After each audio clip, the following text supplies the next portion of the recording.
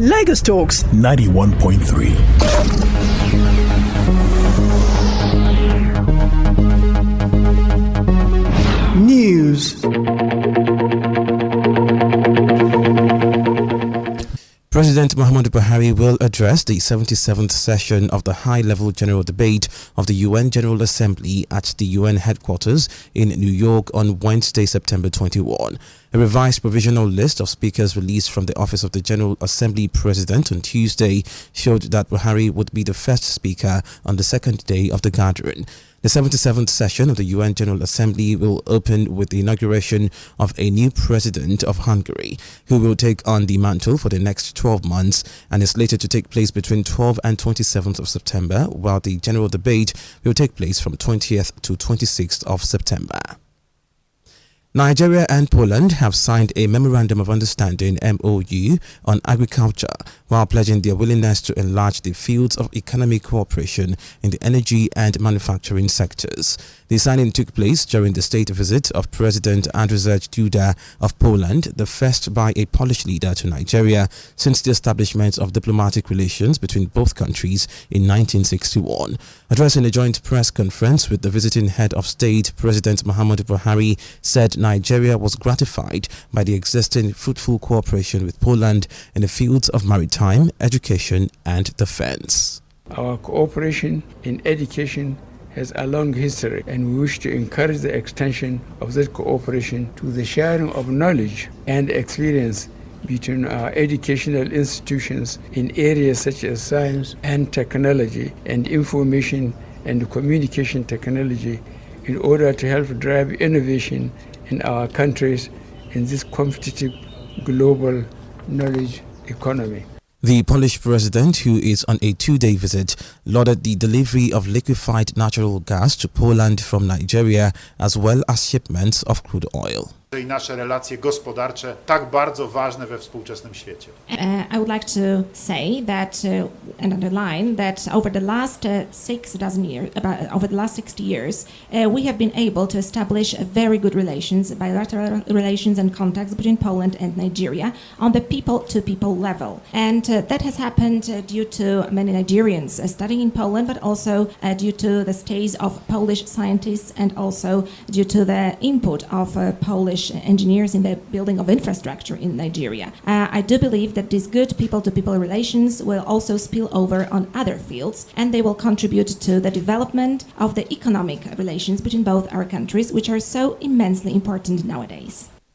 The Minister of Education, Adamu, has outlined the federal government's efforts to resolve the industrial action embarked upon by Academic Staff Union of Universities on February 14. Speaking at a press conference in Abuja, the Education Minister said the government had offered the union a 23.5% salary increase for all categories of the workforce in federal universities, except for the professorial cadre, which will enjoy a 35% upward review. He said the government had also promised that a sum of 150 billion naira will be provided for in the 2023 budget as funds for the revitalization of federal universities, while 50 billion naira would be provided for the payment of outstanding arrears of end academic allowances to be paid in the first quarter of the year. According to the minister, ASUU and the three other university unions, however, rejected the offer, describing it as inadequate to meet their respective demands. Meanwhile, President Buhari has set up a committee to look into the additional demands by ASUU, particularly issues where there has not been consensus. Minister of Education Adamu, who disclosed this at a meeting with pro-chancellors and vice-chancellors yesterday, added that the committee is made up of 4 pro-chancellors and 4 vice-chancellors, while he is the chairman. He further explained that the committee would look at the no work, no pay rule and remuneration of university lecturers issues. The Minister of Interior, Rauf Aregbesola, says 65 security operatives, including the military and an anti-terror unit of the police, guarded the correctional facility in Kuje Federal Capital Territory on the day it was invaded. Aregbesola, who said this on Monday when he appeared before the House of Representatives Committees on National Security and Interior, told the lawmakers that the security operatives were specifically attached to the correctional center to prevent an attack on the facility. 31 military personnel of the Nigerian Army, 5 personnel of MOPO 21, 5 personnel of MOPO 50, 2 personnel of Counter-Terrorism Unit of the Nigeria Police, 2 personnel of Kuje Police Division, 7 personnel of Nigeria Immigration Service, 3 personnel of Nigeria Security and Civil Defense Corps, 10 personnel of Correctional Arms Corps. These 65 people are there for specific responsibility of resisting and preventing any attack, and they were all armed. Because of the presence of these pressmen here, I will not tell you the grade of arsenals in their possession. They are well armed. Ahead of the 2023 general elections, the chairman of INEC has assured that the commission will soon display a comprehensive voter register in all the 8,809 wards and 774 local government areas and area councils nationwide, as envisaged in Section 19, Subsection 1 of the Electoral Act 2022. INEC Chairman Professor Mahmood Yakubu yesterday in Abuja at a validation of the revised framework and regulations for voting by internally displaced persons, IDPs, said this will integrate fresh voters registered under the last CVR exercise to the existing register of over 84 million voters. A comprehensive schedule of the exercise and display of the register was shared with stakeholders at our quarterly meeting just before the inception of the exercise in June last year. We wish to assure Nigerians that the Commission will display 1,809 wards and 774 local government areas. Yakubu had noted that the policy framework, which was revised and validated in 2018 for the 2019 general election, is today being revised to ensure that no eligible Nigerian is left out of the electoral process on account of displacement, disability, or other circumstances.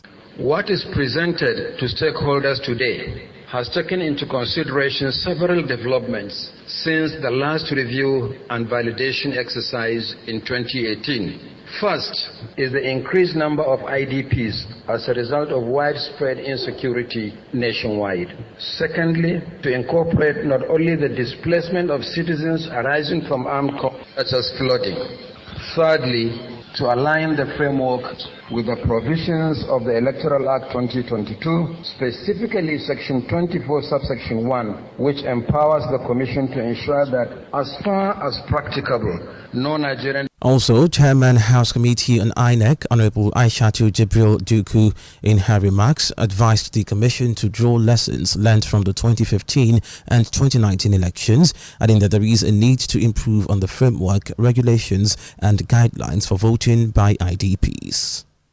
The legal provision provided an excellent foundation upon which to build a sustainable and strategic framework for IDP voting in Nigeria. The policy document proposed by INEC to guide the conduct of IDP voting operations and bring the IDP communities into the voting net is worth applauding and support from all stakeholders. There is need to also improve on the framework and the regulations and guidelines for voting by internally displaced persons, which will drive IDP voting operations.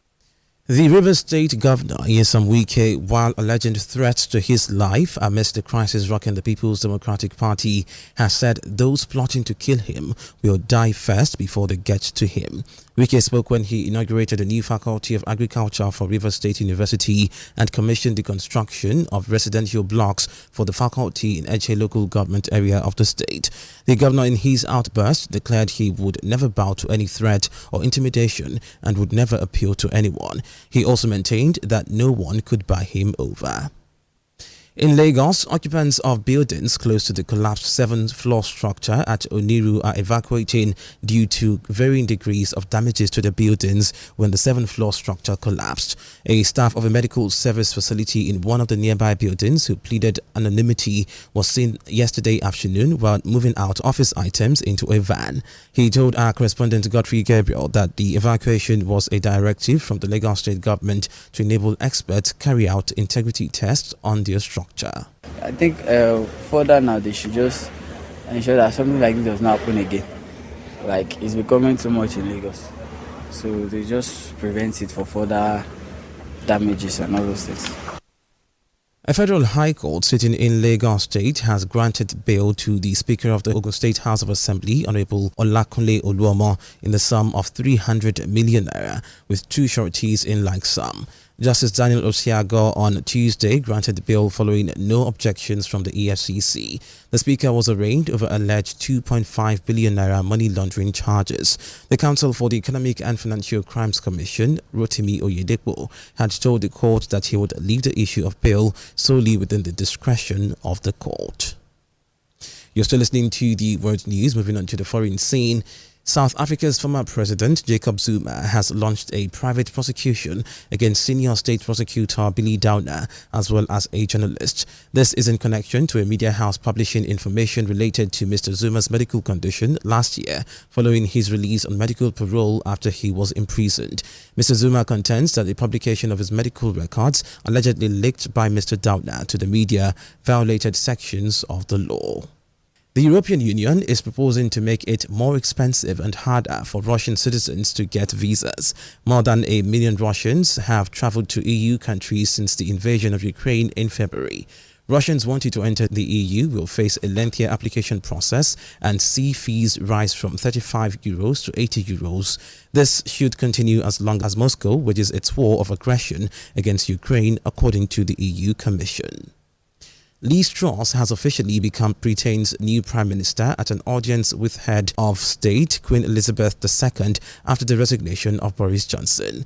The 47-year-old former Foreign Secretary was seen in an official photograph shaking hands with the monarch to accept her offer and become the 15th Prime Minister of the Queen's 70-year reign. Secondly, I will deal head-on with the energy crisis caused by Putin's war. I will take action this week to deal with energy bills and to secure our future energy supply.